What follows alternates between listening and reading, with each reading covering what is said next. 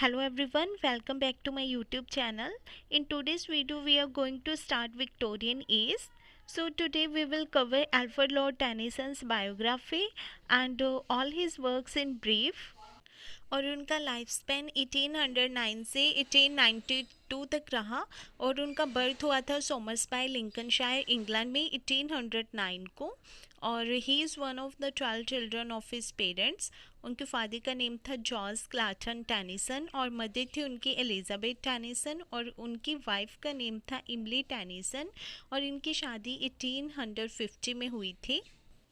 He attended Trinity College Cambridge in 1828।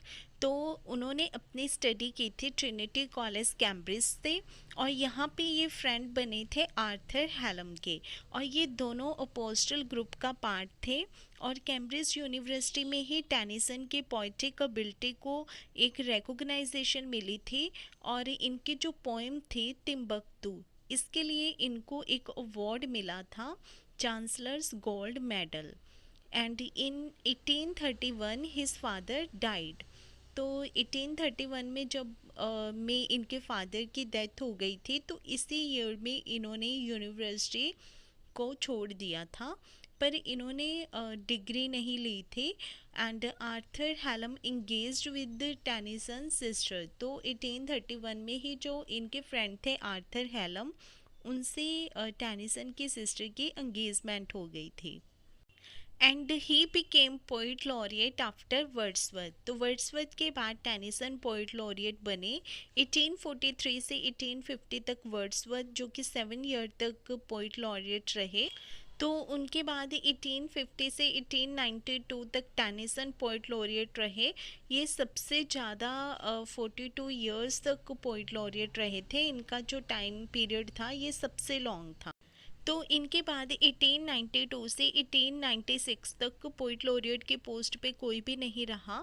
तो फिर 1896 से 1913 के बीच में एल्फ्रेड ऑस्टिन पोइट लॉरिएट बने जो कि 17 ईयर्स तक रहे and at the age of 41 Tennyson became poet laureate. तो तब टेनिसन 41 ईयर्स की एज के थे जब वो पोइट लॉरिएट बने थे। तो ये सबसे छोटी एज होती है पोइट लॉरिएट के लिए। तो इससे पहले सैमुअल रोजर्स जो थे उनको भी ये पोस्ट ऑफर की गई थी पोइट लॉरिएट की पर उन्होंने डिक्लाइन कर दी थी बिकॉज ऑफ ओल्ड एज क्योंकि वो उस टाइम पे 87 ईयर्स की एज के थे। तो उन्होंने ये रीज़न दिया था अपनी ओल्ड एज का। तो जो एलिजाबेथ बैरेट ब्राउनिंग थे और ले हंट थे इनको भी ये पोस्ट ऑफर की गई थी पर लास्ट में टेनिसन ही पोइट लॉरिएट बने थे।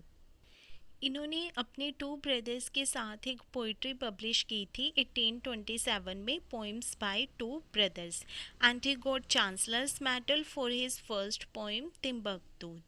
और इन्होंने द प्रिंसेस लिखी थी 1847 में ब्लैंक वर्स में। It is about women's right और प्रिंस एल्बर्ट जो थे इनका बहुत बड़ा हाथ था इनके अपॉइंटमेंट के लिए एज अ पोइट लॉरिएट। और वर्जीनिया वुल्फ का जो प्ले था फ्रेश वाटर इसमें इन्होंने टेनिसन को इनके फ्रेंड्स का होस्ट दिखाया है। Now let's learn about his major works. तो इनकी जो फर्स्ट पब्लिकेशन थी पोइम्स चीफली लिरिकल जो कि 1830 में आई थी। इसमें क्लारिबल और मरियाना जैसे सेलिब्रेटेड पोइम्स लिखी थी इन्होंने और इसको एस.टी. कॉलरिज जैसे बहुत ही वेल नोन राइटर से अटेंशन मिली थी। एंड सेकेंड पब्लिकेशन जो इसमें पोइम्स थी इनकी ये 1833 में आई थी और इसमें इन्होंने बहुत अच्छे वर्क लिखे थे जैसे कि द लेडी ऑफ शैलोट जो कि एक लिरिकल बैलेड था, द लोटस ईटर। बट इनको बहुत ही हार्श क्रिटिसिज्म मिला था इन वर्क्स को। तो इसी ईयर में 1833 में ही जो आर्थर हैलम इनके फ्रेंड थे और जिनके साथ इनकी सिस्टर की मैरिज हुई थी उनकी डेथ हो गई थी। तो ये जो ईयर था इनकी लाइफ में ये बहुत ही ग्लूम और सोरो का ईयर था। तो 1833 से 1842 तक इन्होंने कुछ भी पब्लिश नहीं किया। देन थर्ड पब्लिकेशन पोइम्स थी इनकी Locksley hall, break break break जो कि एक एल्जी थी, यूलाइसिस ये एक ड्रामेटिक मोनोलॉग था, the lady of the shallot and डोरा। इनकी फर्स्ट एलिजी थी ब्रेक ब्रेक ब्रेक, जो इन्होंने आर्थर हेलम की डेथ पर लिखी थी, और फर्स्ट पोइम थी इनकी टिम्बक्टू, और लास्ट पोइम थी इनकी क्रॉसिंग द बार। अब हम इनके वर्क्स को ब्रीफली डिस्कस करते हैं। तो फर्स्ट वर्क है इनका लेडी ऑफ शैलोट, जो कि एक लिरिकल बैलेड था, मीन टू से डांस सॉन्ग था ये। और इसमें स्टोरी है एक एलिने एस्टलॉट, जो कि एक यंग वीमन है, और वो एक आइलैंड पे उसको इम्प्रिजन किया गया है। तो ये जो आइलैंड है ये कैमलियट रिवर के पास है, और इसको एक कर्ज मिला हुआ है कि ये डायरेक्टली इस रिवर में नहीं देख सकती, अदरवाइज इसके साथ कुछ बहुत ही अनफॉर्चुनेट हो सकता है। तो ये इस रिवर में देखने के लिए या आसपास का एरिया देखने के लिए एक मिरर यूज़ करती है। तो इस पोइम में यही दिखाया गया है, इस लेडी के इम्प्रिजनमेंट, कैसे ये यहाँ से भागती है और कैसे इसकी इवेंचुअल डेथ होती है। तो नेक्स्ट इन्होंने एक एलजी लिखी थी ब्रेक ब्रेक ब्रेक, जो कि इन्होंने आर्थर हेलम की डेथ पे लिखी थी, and it describes his feelings of loss after Arthur Hallam's death.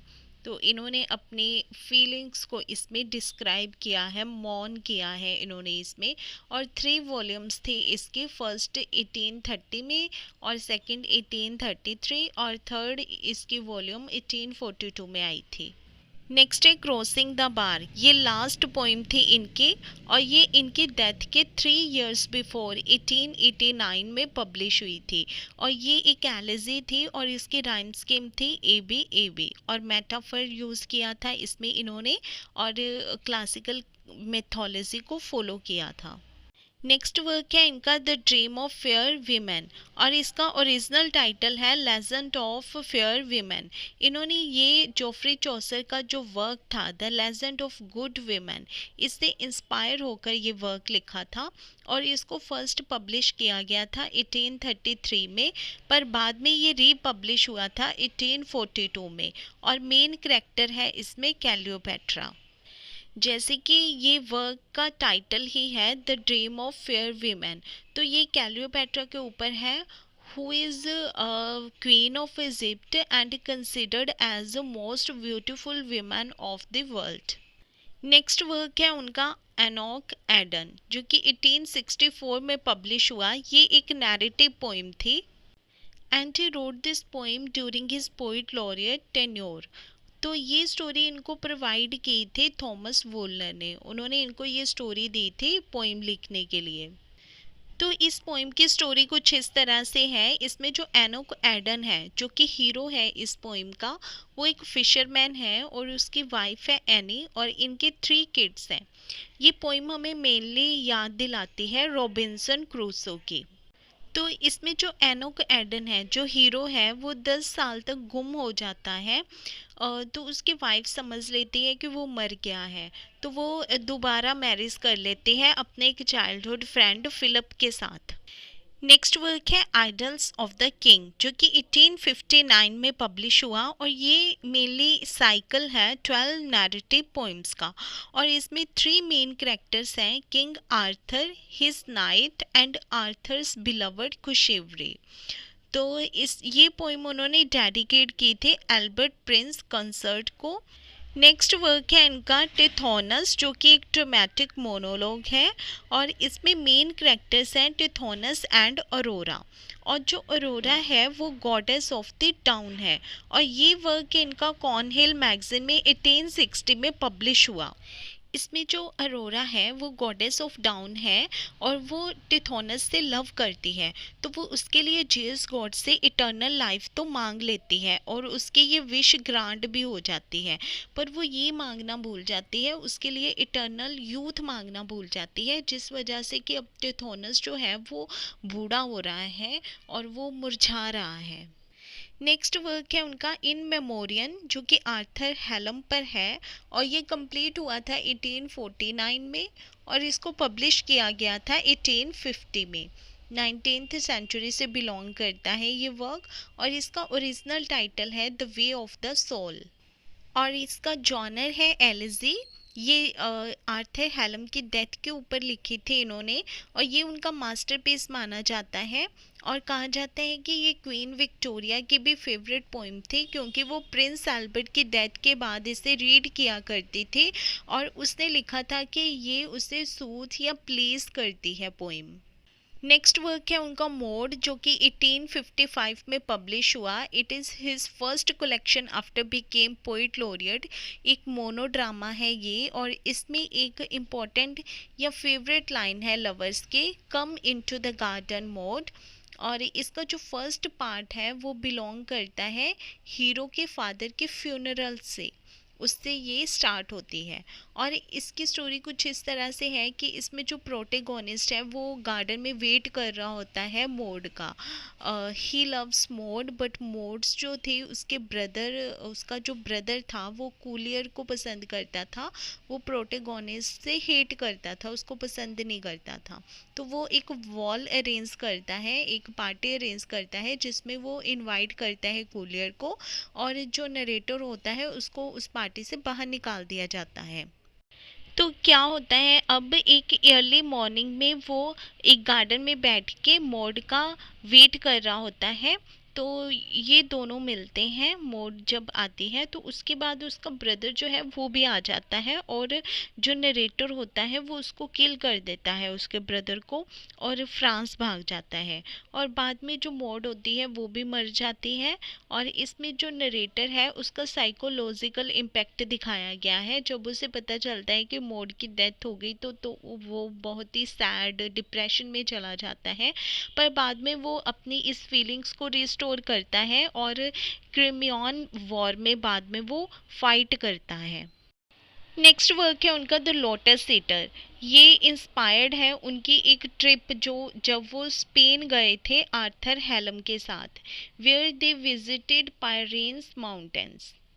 और ये वर्क उनका होमर की ओडिसी के ऊपर बेस्ड है।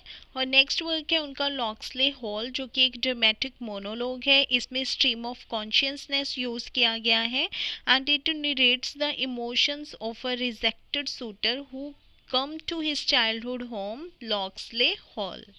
नेक्स्ट है यूलाइसिस, जो कि एक ड्रामेटिक मोनोलॉग है। ये इन्होंने ब्लैंक वर्स में लिखा था, और ये इन्होंने अपनी ओल्ड एज में लिखा था, जब वो डिक्लेयर करते हैं कि अब वो ओल्ड एज के हो गए हैं, अब वो घर पे नहीं रहना चाहते अपनी वाइफ पेनेलोप और अपने सन टैलेमैकिस के साथ, और वो मोर थिंग्स को एक्सप्लोर करना चाहते हैं, और वो रेस्ट नहीं करना चाहते, ट्रैवल पे जाना चाहते हैं।